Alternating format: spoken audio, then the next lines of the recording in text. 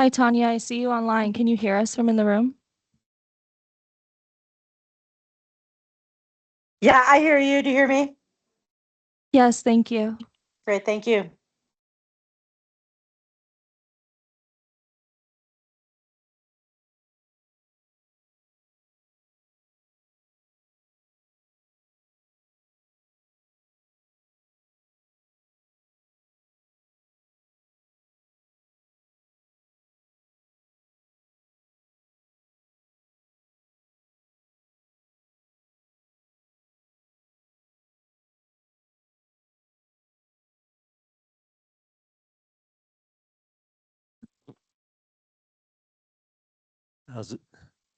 How's the sound, Macy, over there?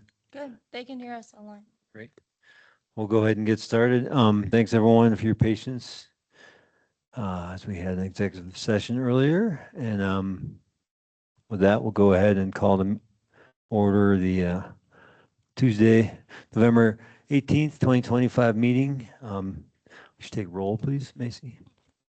It's 7:04 p.m. Mayor Billy, I'm here. Mayor Pro Tem Sterling, Here. Trustee Corvalon, I'm here. Trustee Larson, Here. Trustee Maris, Here. and Trustee Miller. Here. Thank you. Thanks, Macy. Thanks, everyone. With that, we'll go into consent agenda. We have 3 items today: warrants and minutes from 2 different meetings last 13 days ago.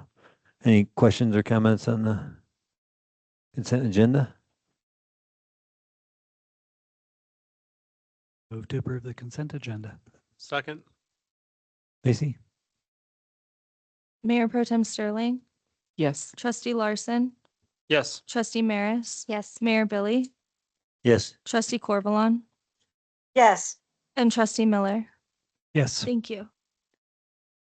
Thanks, everyone. With that, we'll go into staff reports. John, you want to kick it off? Looks like we have at least a few folks here. Mayor and Different trustees, departments.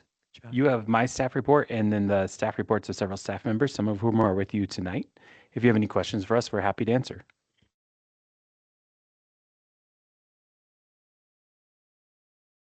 Any questions for the John or the town staff?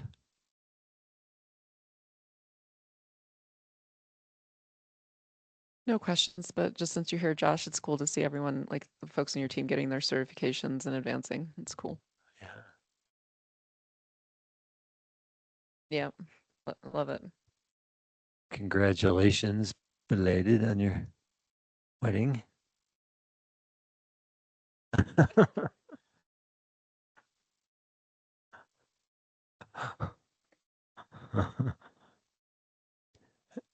Any other questions for town staff?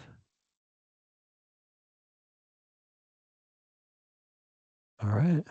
Well, that will go into our own reports for the month. I have gone to a few fundraisers for the fire effort down in Lyons, down in Boulder here. A lot of great people coming together in different ways to help support folks going through the fire relief effort. And yeah, it's been encouraging, very encouraging to see. So I have nothing to report. I missed the last NEPADAC meeting this past week, but I'm waiting for the notes to be able to share next time. thanks, Judy. Yeah, nothing for me as well. Our ProSat meeting is this week, so we'll have an update next time. Dr. Cog will be meeting this Wednesday. However, I will have to miss it to get the planning commission because sometimes those fall on the same day. But the biggest update that I reported on the last meeting and the last update was just that they are continuing with the strategic planning for that passenger rail that will connect up into Rollinsville, continue on to like Hayden. And so that's a project that they're continuing efforts on. Awesome. Thanks, Nikki. I think the biggest thing to report on is things we've been working on here in part ourselves is the DDA stuff. The MOU obviously is done. DDA has awarded a contract for next year's summer Music Festival again, and it'll be run by Sweet Wave Audio, same as the last year. So it's them again. And other than that, we are very interested in the DDA of planning some time to do the work session. One we keep discussing and trying to find time. I know our schedule as it's on this board is a little crazy lately with extra meetings and time, but definitely do want to find that time for our boards, two boards, to sit down together and really talk about 2026 priorities and capital projects.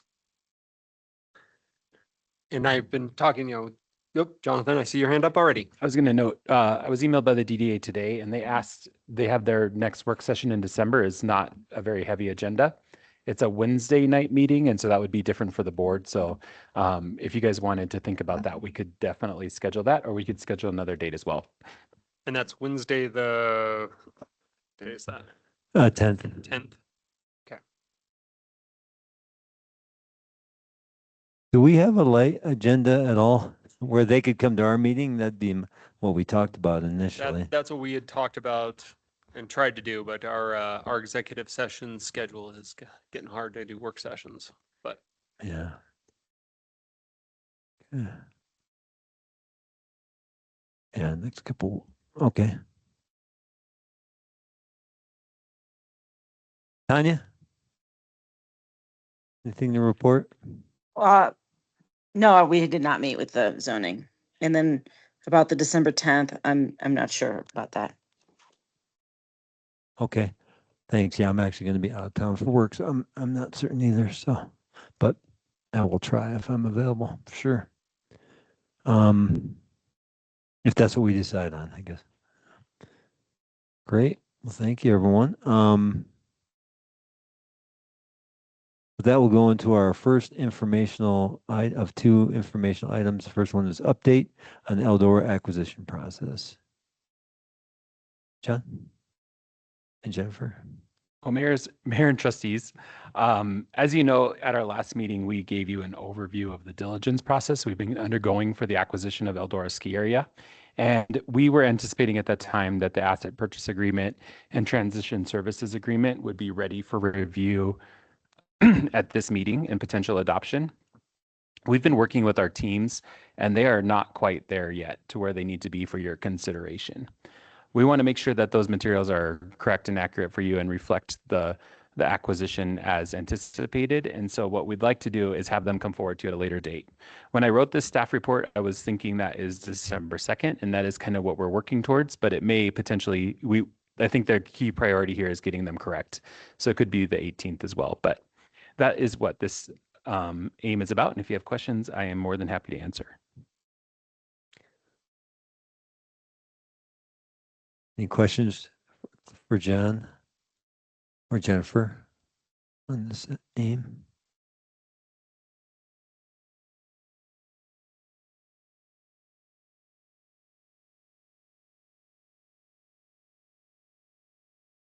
Tanya, just check, make sure. Do you have any questions?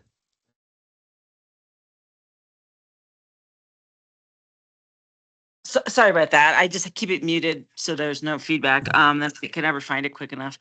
No Tanya. questions. Thank you for asking. Thanks, Tanya.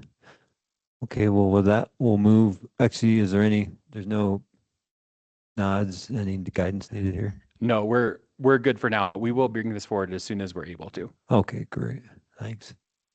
Next informational item is the snow removal policy. Is that Josh?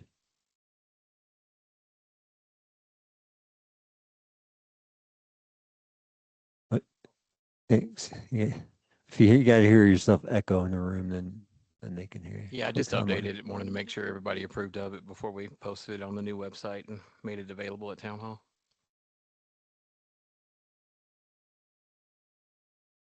Any questions for Josh?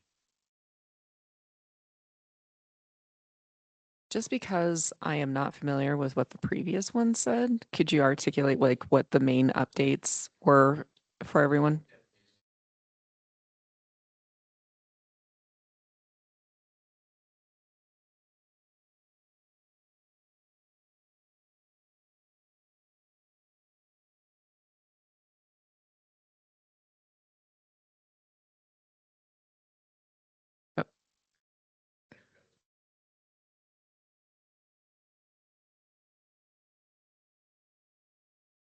Okay.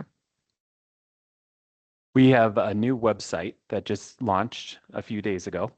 And what our goal is to build the department pages for each department where they have timely information that's accessible to folks. And so what I did was ask Josh to really think through how we do snow removal. And this plan is kind of like the result of that. Last year we were working on it. I'd say that was like version 1. This is kind of the 2.0. And I think that some of the really big things to understand about this plan are really the definitions of storms and what a small storm is, what a moderate storm is, and what a severe storm is, and how the town prioritizes that snow removal, like Josh said, in those timeframes. And really the key thing is that we want to make sure safety first in these situations. We want to make sure ambulances can get where they need to go, school buses, essential service routes, things like that. And then second routes are kind of secondary to that. There's always things that happen in a storm that are unexpected. You know, we had one a couple of years ago that dumped several feet of snow that makes for a challenging snow removal process. But what we try to do is anticipate just generally what we would do in each of these situations. We are working to use our alert system more during the storms so that we can make sure people know where our crews are working. And as you know, we have that plow ops application, which shows you where the plows are at any given time. We do have in our plan here that there are potentially parking restrictions on major roads where we do need to remove snow, just to make sure that we can get through and do what we need to do. But that's pretty much what we have in this plan. You can see towards the end, one of the things that's important is that priority route chart. And that's the thing that Josh worked with Andrew Jocelyn from Ned Fire on, is to make sure that we have really good prioritization of what the most important things are for emergency access and so forth. And then some of the secondary things that we do once we get those first routes cleared. So overall, that's kind of what we have here in this plan. This is the document I consider a living document. We want to keep updating it and thinking through what happens each year to make sure we're as effective as possible for folks. So that's kind of the intention of it. But if you guys have any feedback about what you think might be more effective or that you'd like to see added here, this is a great time for us to be thinking about that. Well, the thing I can see that would pop up is, okay, well, you get a snow and the inches and everything, super helpful. Like under 4 inches, this is triggered. Over 4 inches, you know, that's super helpful.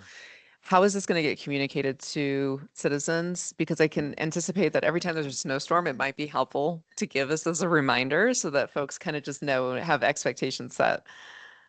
We're going to be pushing this out over our social media channels.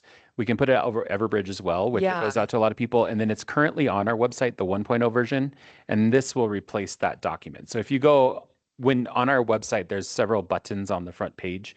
One of them will be plow ops as we move towards wintertime.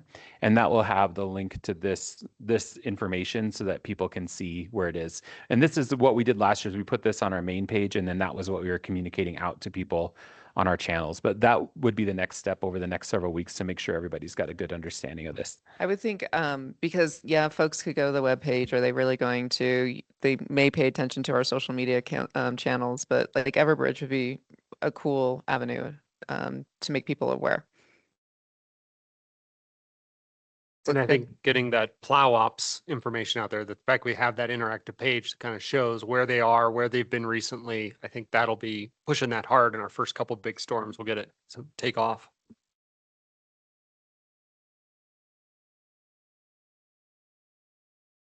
This is a little bit of tangent, but I seem to remember you guys were needing, or Parks was needing, a new side-by-side or something for plowing like the sidewalks and smaller streets. Do you guys have all the equipment that you need for all the, to pull through on all these operations? We do for our part of it. Parks has the with that ATV with the plow on it, It's a gator. Yeah, the gator. Yeah. Right. Yeah. That's what they've been using for sidewalks. And they also, if it gets a little, if that breaks or something, they have the backup with the skid steer with the snow blower that Andrew Bliss has with utilities. So Right. So you guys can pull into those resources if you need extra equipment. yes, sir.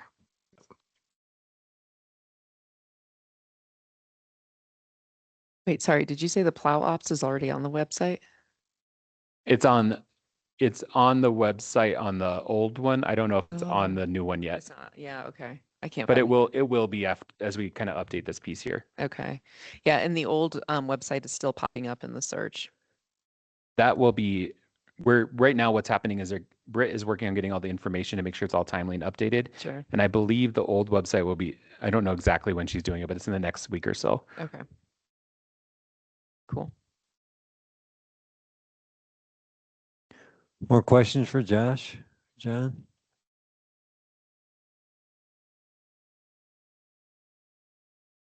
Thanks, Josh. Appreciate it. Well, that will go into actually, we need to clarify. So we actually do not have any action items this evening. We're going to move the budgetary hearing down to call it what it is. It's a discussion item. So that'll be our first discussion item of the evening. I don't have to do any formal thing other than just announce that, right? Jeffrey? Okay, cool, thanks. So with that, we are going to look at a 2026 budgetary hearing, public hearing. Rita? Good evening, Mayor, trustees, and members of the public. I know the board has heard me talk about the 26 budget numerous times, but since tonight is the hearing, I will once again go into more detail, mainly for the public. First, we'll be discussing a couple of the town's bigger revenue sources, one of them being sales tax revenue. We have received an additional payment since our last meeting. The $228,431 received in November was for sales tax revenue from the month of September. Sales tax revenue is received 2 months in arrears. Looking at this chart, we are trending slightly higher this year when comparing actuals received through September of last year. Staff is therefore recommending maintaining the 2026 budgeted amounts at the same level. We did receive information from Boulder County that their county sales tax rate is increasing from 1.185 to 1.335 starting in January of 2026. That will increase the town's total sales tax rate from 9.435 to 9.585%. So that is new information since our last meeting. Next slide. A couple of slides, we'll go to property taxes. The original estimate for property tax revenue was an increase of 8.9% when compared to the 2024 assessed value. Those taxes have been adjusted down by $13,500 due to the fire and based on estimates received from Boulder County. Property tax revenue changed from $797,000 to $784,280. We should be receiving the final tax assessment by the end of the month and have final figures in time for the budget adoption.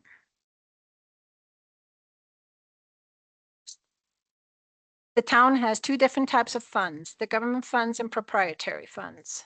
The government funds are primarily supported by taxes and intergovernmental revenues. The general fund balance includes a total of $147,000 in reserved funds. $110,448 was received from Boulder County Housing Authority for the Tungsten Village development in lieu of land dedication for public use. The $36,500 received from the parking lease with Eldora has previously been approved by the board to be set aside for park improvements. All of these reserved or restricted funds, including water and sewer, are held in a separate bank account and won't be spent unless the board provides direction to staff on how to use those funds. The town of Nederland maintains two proprietary funds, the water and the sewer fund, which are operated similar to a private business. These funds are primarily financed through user fees, PIF fees, and other service charges, and they are intended to be self-sustaining. The sewer fund's net position or fund balance includes $148,000 in reserves, and the water fund's net position includes $553,000 in reserves, which are to be used for infrastructure improvements and expansion. Next slide. As mentioned in previous meetings, throughout this presentation, highlighted in green is the change in net assets for the 2024 year that compares budgeted versus actual figures. This Highlighted in yellow, you'll see the 2026 budgeted change in net assets. There are separate slides that explain in detail what makes up the capital expenditures. Those amounts are listed in red. Starting with the general fund, in 2024, the town budgeted a decrease in fund balance in the amount of 190,458. The actual change in net assets ended up with a decrease of 301,000, which is 111,000 more than was projected. Law enforcement revenue received in 2024 was 173,000 less than budgeted, and we have projected 57,500 for paid parking in the planning and zoning department, which did not happen. The Parks Department also had a significant decrease in revenue in the amount of 120,000 due to shortened rink season, mainly because of weather. And we had budgeted 58,400 for EV charger revenue and only received $1,100. Looking at the 2026 budget, we are projecting that the general fund will be operating in the red with an operating difference of 187,941. Once we add the capital expenditures in the amount of 164,402 and the transfers, we end up with an overall decrease or change in net assets in the amount of 318,092. That has changed since our last meeting. We added the $9,000 support for the food pantry back into the budget. Any changes that were made since our last meeting are highlighted in brown on the detailed information PDF report that was included in this packet. Slide.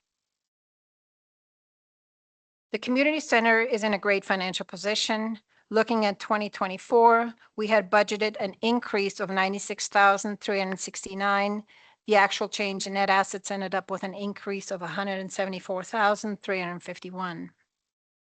Looking at the 2026 budget year, the community center is once again operating in the black, and we're projecting an increase to the fund balance in the amount of 66,516.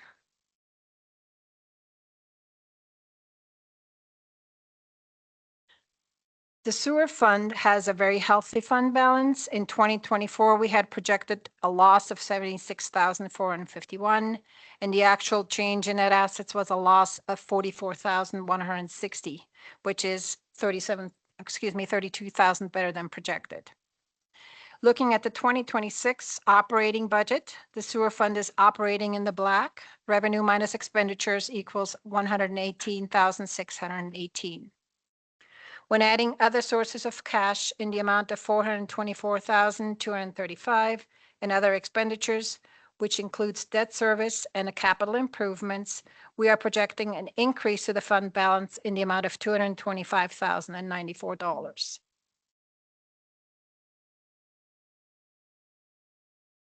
The water fund also has a very healthy fund balance. Looking at the 2024 year first, we budgeted a loss of 60,087, and the actual change in net assets was a loss or decrease of 138,100. The main reason for the loss being higher than what was projected is due to the PIF fees collected being much lower than what was budgeted. We had budgeted 132,000 and received 36,000 only. In 2026, we are projecting that the water fund will be operating in the red with a negative balance of 75,883. But when adding in other sources of cash and other expenditures, which includes 87,500 of capital improvements, the change in net assets equals an increase in the amount of 305,501.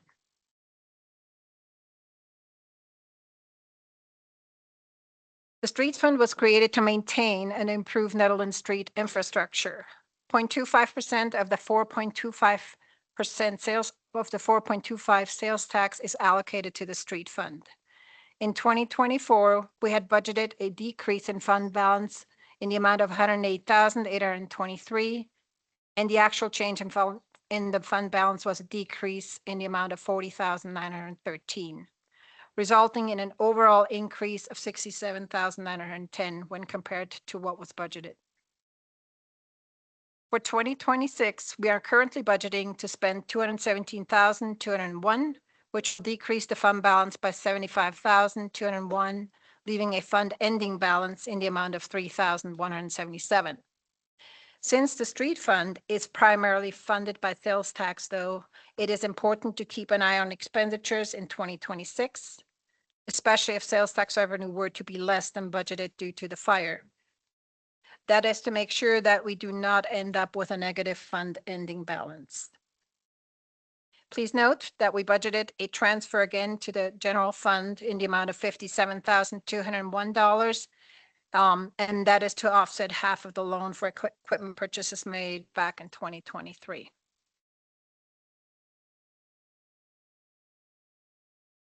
The Parks Fund was established in 2024, and during that year, we budgeted an increase to the fund balance in the amount of $22,645.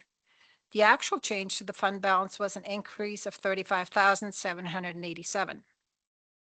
In 2026, we are estimating that the 5% marijuana tax will earn $60,000 in revenue.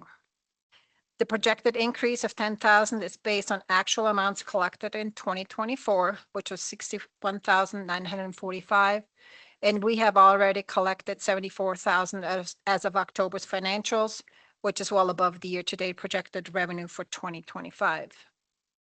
We are budgeting the same amount in expenditures for 2026 as we did in 2025. Next slide.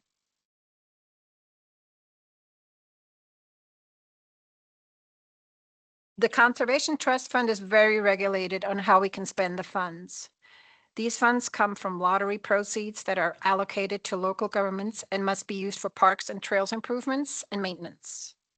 We are projecting the 2026 revenue to be consistent with 2025 at $16,000.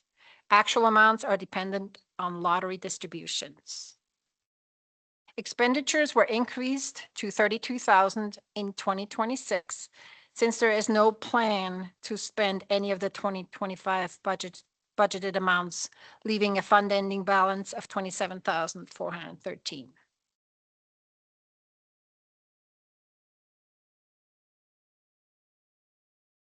The Health and Human Services Fund is funded through the lodging occupation tax revenue, which is collected in the general fund and transferred to the Health and Human Services Fund.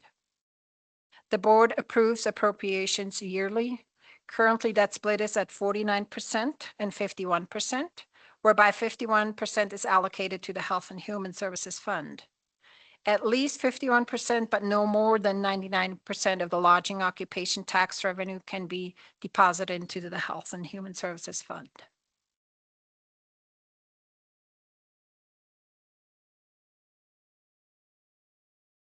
Again, just like I had presented this slide in the past, but even though you're seeing the non-TIF and TIF funding separated on this slide, they are combined for reporting purposes in the financials provided by our auditor at year end, and that is how I will be presenting this slide as well.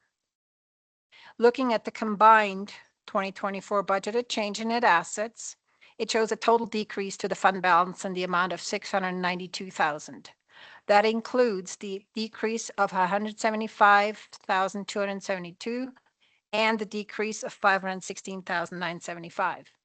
However, the actual change in net assets ended up an increase of $222,557.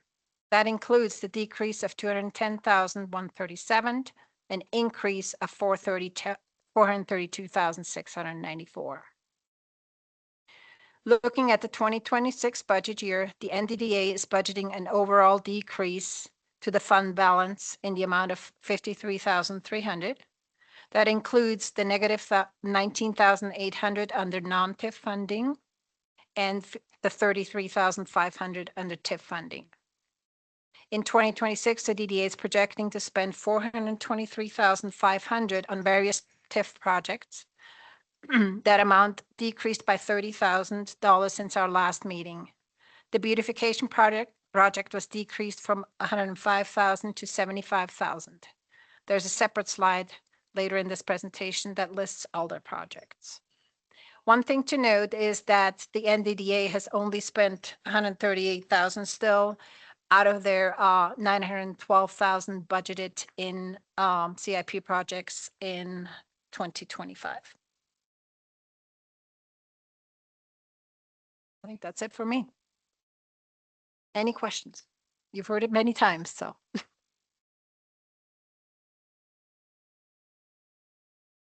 I'll walk you guys through the rest of the slides here. This slide shows the Boulder County Sheriff's Office contract that we have with them. If you remember last year, we went to a 50% coverage model, and there's only a moderate increase this year of 5.1% for overall costs related to that contract. This is showing that the total here, that the new total will be 931,629 over the 885,798 last year or this year. As far as capital priorities go, in the general fund, the big things to think about are the streets fund. Primarily what we're doing is paying the loan payments that we have for the water truck, the grader, and the Ram 3500 that we purchased in 2023. The last payment on those is in 2028. The Big Springs Egress grant match, we had that grant extended to go through next year. We have budgeted a $50,000 match for 2026 to complete that work. And that work entails finishing the planning and getting to a construction level design for the project. In parks, there are several priorities that we have that are not currently budgeted. That includes a new skidster, new bathroom doors at the visitor center, match for a rink rehab project, new playground equipment and surface for Chipeta Park Playground, and a new side-by-side for the Parks Department. In the Community Center and Streets Fund, we're kind of maintaining a lower level of maintenance and trying to make sure we're taking care of our priorities. At the community center, that means new fire extinguishers and working on the grease trap maintenance and repair for the commercial kitchen in this building. For the streets department, it includes $40,000 to continue working on culverts, replacing them and installing them throughout town.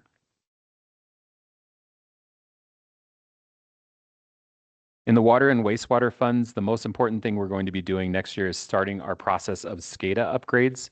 SCADA is the system that we use to monitor and maintain our systems, the digital systems for the water and wastewater systems. So we have $30,000 split between water and wastewater for that project. We're also budgeting $17,500 in both funds to continue replacing water meters in town with our new upgraded Badger meter. And we have $5,000 for tank cleaning and inspections, and that's for our large water tanks that are throughout town. We also have budgeted $50,000 for distribution system improvements at the water plant. This is the list of projects that the DDA has provided town for next year.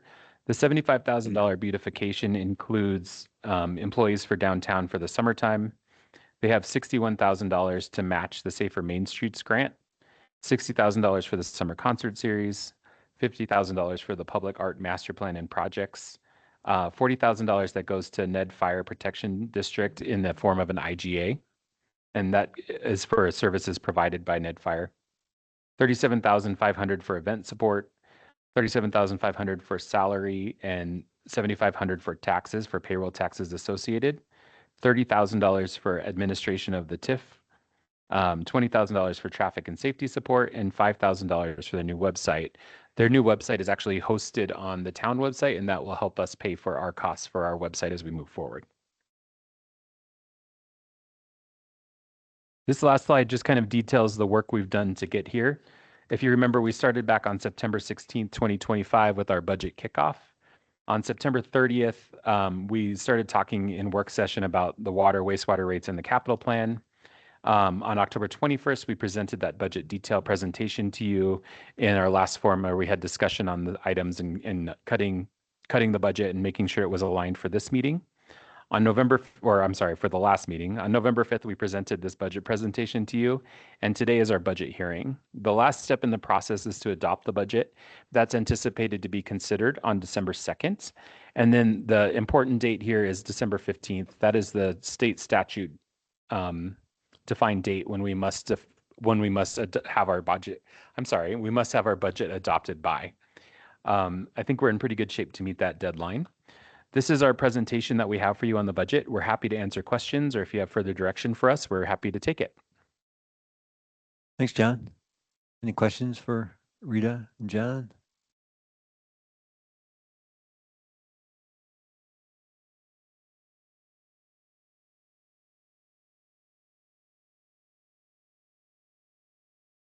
clarifying questions before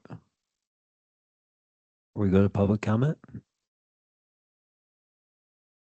Okay, great. With that, we'll go to public comment on this line item, the 2026 budget public hearing. Anyone in the room? We'll start in the room. Anyone in the room have a 3 minutes? I'll give you 3 minutes. Public comment. Go ahead. Come on up to the podium. State your name. No, only on the budget. Yeah, okay. This is agenda item. We do have public comment on non-agenda items after a little bit, and then don't worry. Yeah, no problem. Anyone else in the room? Any comments on the budget? Online? Any folks online have any comments on the budget?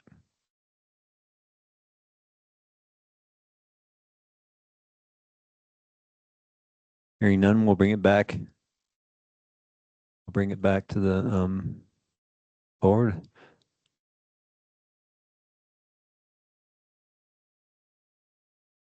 The real, there's no direction here per se, unless unless we want to talk about different things for the budget or have questions is the main thing.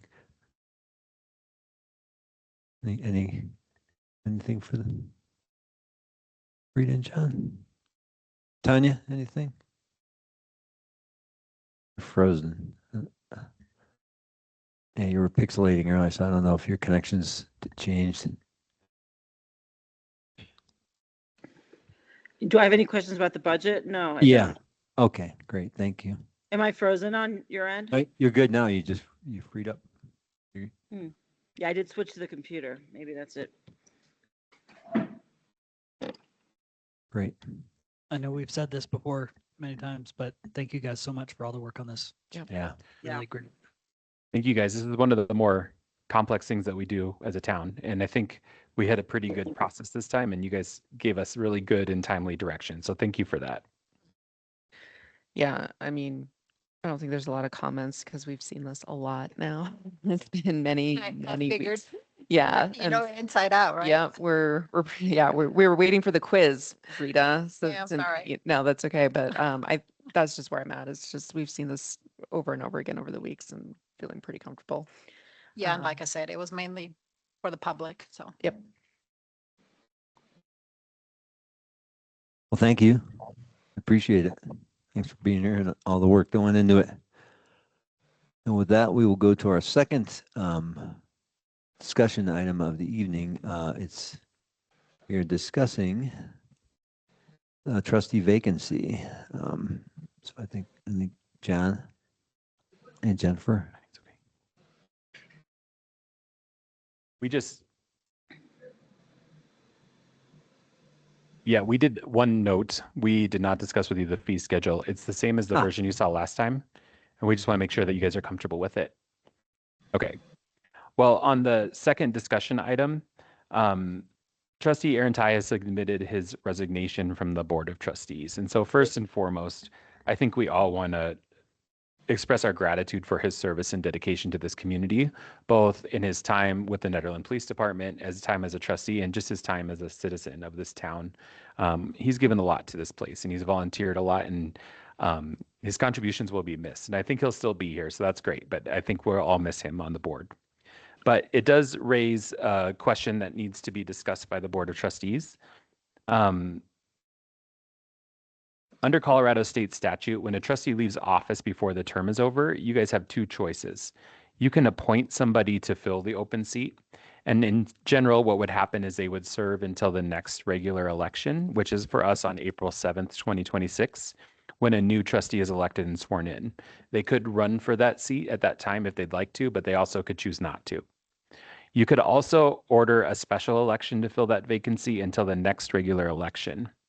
One note is that if you don't have enough members to have quorum when the vacancy happens, or any time within 60 days of the vacancy, the town clerk or Macy has a duty to call a special election to fill that seat as soon as possible. If you do have quorum, which is the case now, there's no deadline in the law requiring you to appoint within the 60 days.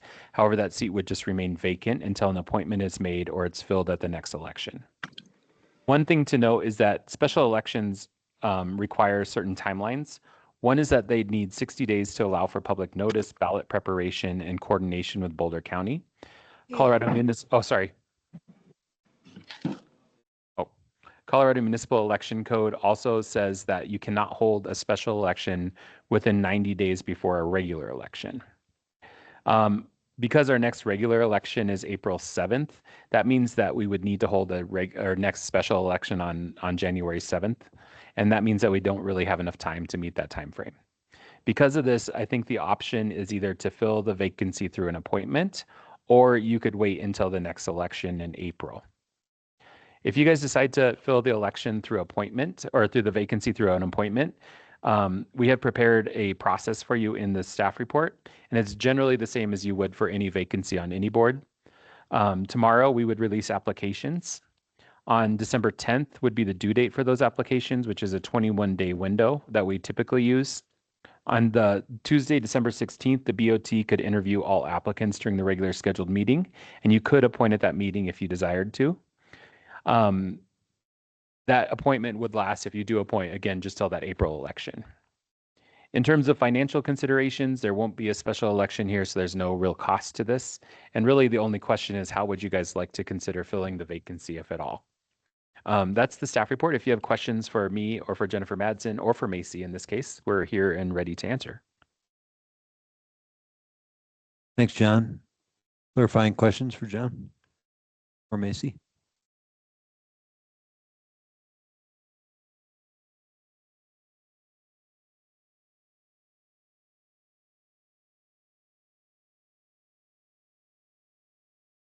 Tanya, anything?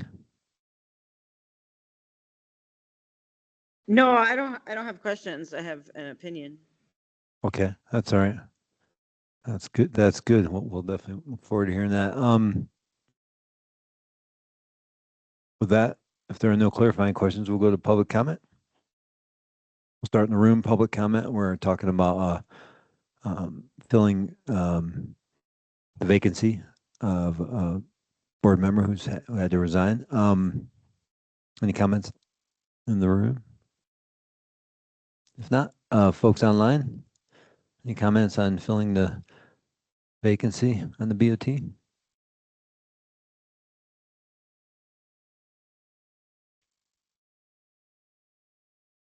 Okay, well, that will bring it back to the board for discussion. And I'll just to keep us focused, question before the board is, does the board wish to direct staff to advertise and accept applications from qualified Nederland residents to fill the vacant trustee seat by appointment?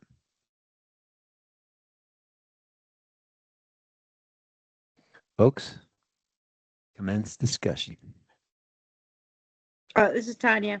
I think we should do appointment. I think it's a nice warm up for someone to decide if they want to run in April and let them get familiar with it. I mean, I know we could make it to April and we've done it before, but I just think we should just set it up and see who applies. Thanks, Tanya. Generally speaking, I agree with Tanya on this. I think, it's actually a long time to go with a 6-seat board. Excuse me. My only question or just kind of thought for the board as we're discussing this and thinking about it is, we've been dealing with one very large thing. We had an update on it earlier today that I know we've all spent a lot of time coming up to speed on. We're throwing somebody into the deep end here. A lot of the decision might be made by the time they're appointed, but there will be a lot still to do. So, keep in mind, we're going to have to, whatever we do, if we appoint somebody, we're going to have to, and this is royal we here, but we're going to have to spend some time bringing them up to speed. And, I think, Jonathan, it probably fall a lot on you to bring a new person up to speed with everything we've learned over the last year. Luckily, Nederland has a lot of coffee shops, so. Does. I realize this is actually more of a clarifying question than opinion, but I got my seat in the same way when I started, and one of the conditions of accepting that position was that I would run in the April election because of how close that was. Is that something we can also do for this appointment? Forgot that. Just, I don't, it wasn't like contingent upon that. Like we Oh, can't do that. Okay, Yeah. that will. But, sorry if that Grant, was. I was very green, so I didn't know, but Okay. Yeah. that was If, my if impression that at the was what time. was heard, we apologize. That's not Totally, what yeah, because I was like, this is news. That's not what was intended. The idea was to, we hope that you would consider to run in the election, but Gotcha. upon no shape or form can we make that contingent. Gotcha. Okay. Yeah. Well, So- glad I asked. So to answer the question, no. So if you are It does- thinking about applying, you're not forced to run for election. It does Right. seem, important though, considering what Chris just said about, how much information there is to get up to speed on and how the need for all that information will run through the April term. So April And- election. And don't we have to apply to run in the election in like early, like in January, January. February, Mhm. January? Macy, what is when will that period open? In January. It's January. Yeah, where January, maybe beginning of February, where petitions are due. Nomination petitions. 70 days before that they're due, and Yeah. they go out 90 days before. Yeah. so April that- 7th is election day, so Right, January. January. yeah, beginning sorry, I of just February. don't have the exact dates yet. So if we're appointing on December 16th, somebody would probably have an idea of if they plan to run or not within 3 weeks later, right? Just to share my opinion, I think it makes sense to appoint someone. I know it's a short period of time, depending on, a lot of different circumstances, a lot to do, a lot to get that person up to speed, but we have a lot of decisions to make, and I think another voice on the board sounds like a good plan. Thanks, Junie. Nicole? I could kind of probably go either way. I'm more inclined to say just pass and wait till the election for a couple of reasons. One, yes, there are a lot of decisions to be made. And my concern is that someone comes in and is just sort of going through the motions because there is so much information to come through. And I don't know how helpful that will be either. So that's kind of a concern. And I've seen it happen in the past where there's just so much to understand. And so they're trying to grapple, and it's like, well, what's everyone else voting for? Yes, we could also go through the appointments, see who comes forward, and we could still decline and not move forward is with true. any of those folks. Yeah, that was going to be my suggestion. So that's, I could be also open to that, knowing I think we all kind of have a very good understanding of what this is going to take. And so that could be an option too. Great. Good clarification. Good logic, but good logic with either direction. I lean towards wanting the appointment, for sure. I think 5 months is a short amount of time and a long amount of time, and there's more, there's definitely a lot of things that anyone new would have to be brought up to speed with. And also, there are other things that will come up that will be fresh for them as well as us. And, a new perspective, I think is good. And then we do have the option to not appoint if it feels like it would be, counterproductive. So I also think we should move forward with appointment. Well, move forward with posting applications. So this is also one of the problems that we've had is posting the applications, the openness, like in the middle of December. We've received quite a bit of, and I don't know that we can get around it, but because it's over holiday season, it looks like it's not being transparent or that we're trying to slide something in, which is very frustrating to hear just because we're on timelines, but didn't know if there were any ideas around that. I think what we could do is we have a bugle coming out, which I know is not the digital version is not as great as the paper version, and this is the digital version, and it being December, I don't have the budget for another physical copy of it. But what we can do is publish it in the Bugle. We could have a town talk about it. We can kind of throw all our engagement tools we have at it and just see what that looks like and make sure people know what's happening. We may also be able to talk to the Mountaineer about seeing maybe they would be interested in putting in a little information piece in the paper just to say this is what's happening and why and this is what to expect. And I could talk to them about that if that seems like a good idea. Sure. Yeah. I mean, at one point or another, it'll erupt on Facebook as, you know, the board is trying to be sneaky, and it's just, you know, folks just not being aware of timelines and when we're bound by things. So Yeah, I think an article in the Mountaineer would be good. That'd be really effective. plan. I'll follow up with them tomorrow about that if you guys go that direction on the appointment.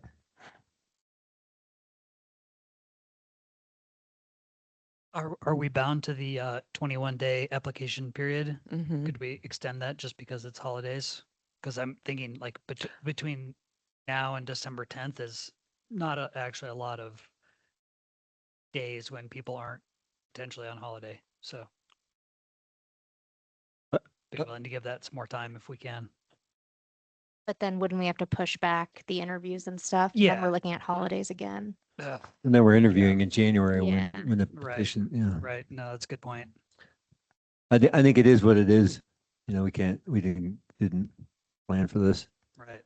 The timing is what it is. We did it last time and Yep. yeah, we did. And if you push it out through social media, discuss it on the Mountaineer and just explain the logic and the timing and all the things constricting us and acknowledge that the holidays are here, and I think that's the best we can do. And I think it's smart to plan to, you know, look at our applicants and talk about interviews and appointments on December 16th. That works, John? I think we can get that done. Cool. So what we'll do is tomorrow I'll work with Macy. We'll get those applications out, and then we'll talk to the Mountaineer. I'll also talk with Britt about making sure we push this out as broadly as possible on every channel we can. And then hopefully you guys will have a good pool of candidates to look at the meeting on the 16th. Great. Thank you. We appreciate that. Need anything else for us on that line item? On that agenda item, I should say? No, thank you all. All this budget stuff on saying line items, the agenda item. With that, we'll go to public comment on non-agenda items. So if you have a comment you want to make on a non-agenda item, you have 3 minutes. Just come up and identify yourself and your address or your relationship to the town, and you have 3 minutes to talk. Anyone in the room have any public comments?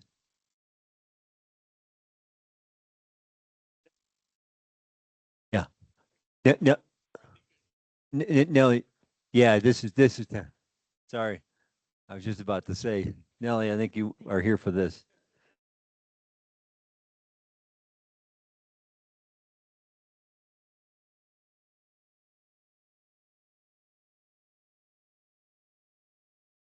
Oh, yeah. Can you show her? Push. There you go. Thanks. Okay. My name is Nellie Mateau, and I am a resident of Nederland, Colorado. Have been since 2020. Taxes are very expensive here. Ladies and gentlemen, members of the Town Council and fellow residents, today I stand before you to voice my concern regarding the proposed acquisition of the Eldora Mountain Ski Resort without town vote. This approach raises significant questions about transparency, community involvement, and the very principles of due diligence that we hold dear. First, let's consider the concept of due diligence. It is not just a procedural step. It is a critical process that ensures all aspects of the decision are thoroughly examined. Acquiring a ski resort, an asset that will impact our town's economy and social fabric, demands rigorous scrutiny. Yet the current proposal bypasses essential steps. Without proper investigation into the financial implications and community sentiment, we risk making a decision that could have repercussions for generations to come. Furthermore, we must reflect on the importance of community engagement in such significant decisions. The town's residents are the stakeholders in this endeavor. By excluding a vote, we send a troubling message that our voices do not matter in shaping the future of our community. A ski resort acquisition is not merely a transaction. It is a commitment to our town's identity and values. By not allowing a public vote, we are denying ourselves the opportunity to participate in a decision that affects us all. Let's also address the economic aspect. While this acquisition may promise potential revenue, we must ask ourselves, what are the hidden costs? What about the risks associated with maintaining and operating a ski resort? And what workers are going to be used to run this project? In closing, I urge you all to reconsider this approach. Let us advocate for a transparent process that includes a town vote, a process that reflects our commitment to democracy and community engagement. We owe it to ourselves, our town, and future generations to ensure that this decision is made with careful consideration, thorough investigation, and the voices of all the residents. Thank you. Thanks, Nellie. Appreciate it. Any other public comments on non-agenda items? Go in the room first. If not, folks online, any public comment on non-agenda items?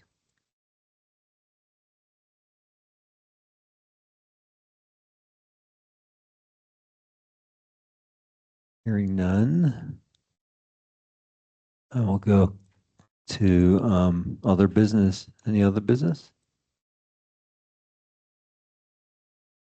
I have just a little plug reminder, Warren Miller fundraiser for the Nederland Middle School and High School Nordic and Alpine ski teams is tomorrow night here down at the Backdoor Theater.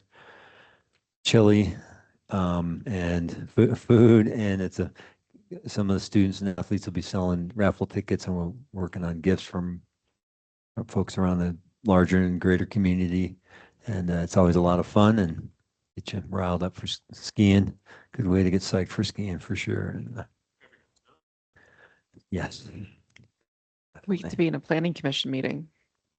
Some of us. Yeah, I know. One of those. Yes. Well, but it's happening tomorrow for those of you who want to come. It's for our Nederland Middle School and our Nederland High School, both alpine and cross-country ski teams. It just helps us. I coach the middle school team, so it just helps us have a little money for end of the year and just travel costs for some of the kids and gear. Yeah. And I'm also volunteering on the high school alpine team. Oh, thank you. Yeah, it makes a huge difference for the team. And It does. also means a lot to the kids because when they see a big full theater. Can you repeat the question so that people online can hear?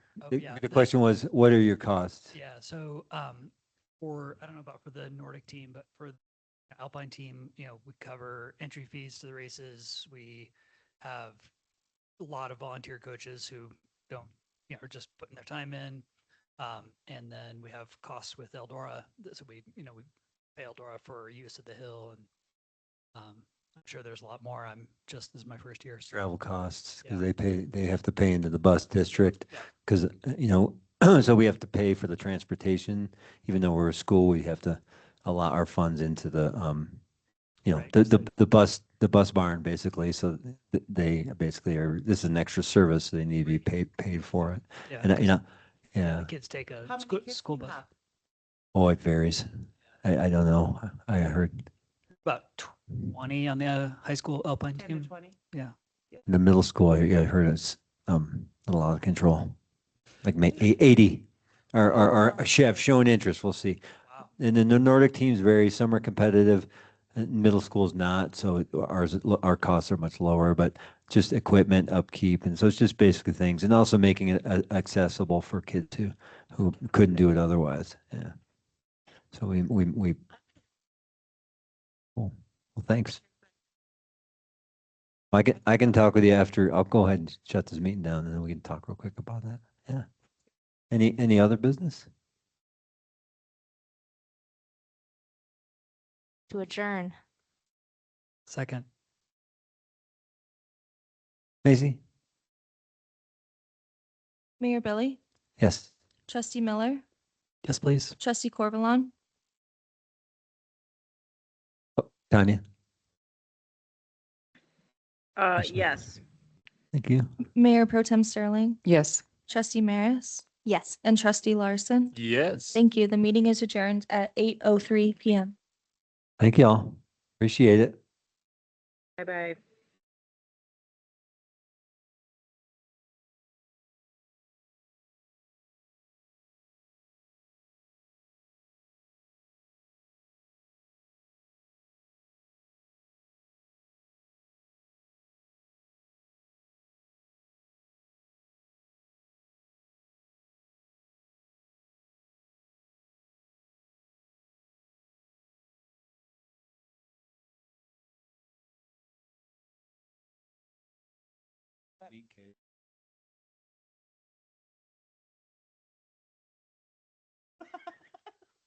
You know.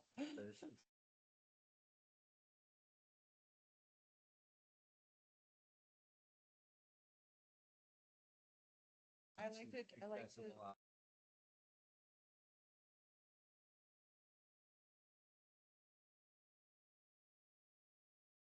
Served. Team or any athletic.